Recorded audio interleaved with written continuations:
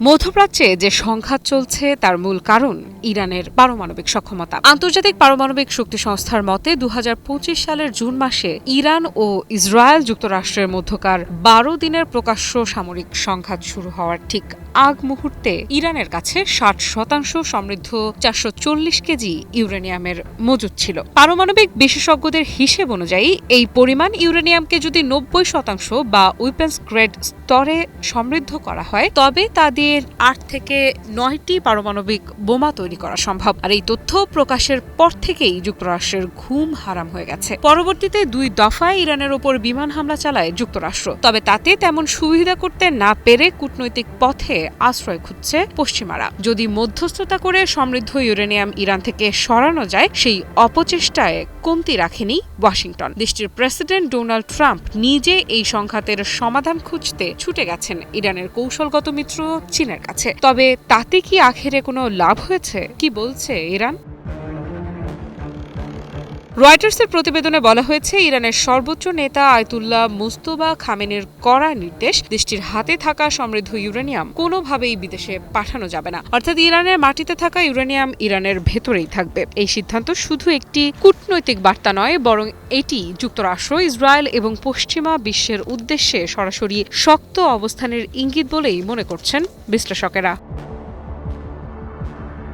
রয়টার্সকে ইরানের এক জ্যেষ্ঠ সূত্র বলছে, সর্বোচ্চ নেতার নির্দেশ এবং রাষ্ট্রীয় প্রতিষ্ঠানের ঐক্যমত দুই মিলিয়েই এই সিদ্ধান্ত নেওয়া হয়েছে। কিন্তু প্রশ্ন হচ্ছে, কেন এত কঠোর অবস্থান নিল তেহরান? কারণ ইরানের শীর্ষ কর্মকর্তাদের আশঙ্কা, যদি সমৃদ্ধ ইউরেনিয়ামের মজুদ বিদেশে পাঠানো হয় তাহলে ভবিষ্যতে যুক্তরাষ্ট্র বা ইসরায়েলের সামরিক হামলার মুখে দেশটি আরও দুর্বল হয়ে পড়বে। অর্থাৎ ইউরেনিয়াম এখন শুধু জ্বালানি না, এটি ইরানের জন্য কৌশলগত নিরাপত্তার অংশ। আর এখানেই বাড়ছে উত্তেজনা, কারণ বহুদিন ধরেই যুক্তরাষ্ট্র ও ইসরায়েল চাইছে ইরানের উচ্চ মাত্রায় সমৃদ্ধ ইউরেনিয়ামের মজুদ দেশটির বাইরে সরিয়ে নেওয়া হোক।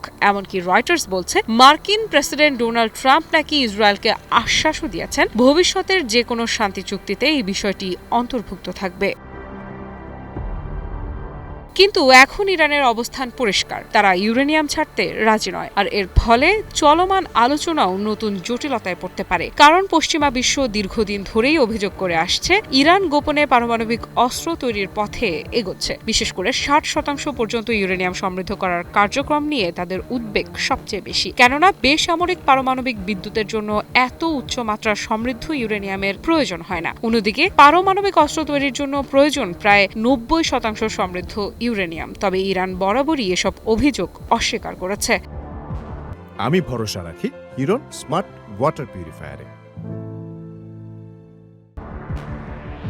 তেহরানের দাবি, তাদের পারমাণবিক কর্মসূচি পুরোপুরি শান্তিপূর্ণ এবং আন্তর্জাতিক আইনের মধ্যেই পরিচালিত হচ্ছে। কিন্তু ইসরায়েল এই ব্যাখ্যায় বিশ্বাস করছে না। ইসরায়েলি প্রধানমন্ত্রী বেনিয়ামিন নেতানিয়াহু স্পষ্ট ভাষায় বলেছেন, ইরানের সমৃদ্ধ ইউরেনিয়াম দেশ থেকে সরানো না হলে, প্রক্সি গোষ্ঠীগুলোকে সমর্থন বন্ধ না হলে এবং ব্যালিস্টিক ক্ষেপণাস্ত্র সক্ষমতা ধ্বংস না হলে তিনি যুদ্ধ শেষ হয়েছে বলে মনে করবেন না। অর্থাৎ শুধু যুদ্ধবিরতি হলেই এই সংকট শেষ হচ্ছে না, বরং মূল সংঘাত এখন চলে যাচ্ছে পারমাণবিক কর্মসূচির কেন্দ্রে। এদিকে পুরো বিষয়টিতে এখনো আনুষ্ঠানিকভাবে মুখ খোলেনি হোয়াইট হাউস কিংবা ইরানের পররাষ্ট্র মন্ত্রণালয়। তবুও একটি বিষয় স্পষ্ট হয়ে উঠছে, ইরান তাদের পারমাণবিক মজুদকে এখন জাতীয় নিরাপত্তার রেড লাইন হিসেবে দেখছে। আর সেই রেখা অতিক্রম করতে চাপ দিলে সামনে আরও বড় সংঘাত তৈরি হতে পারে।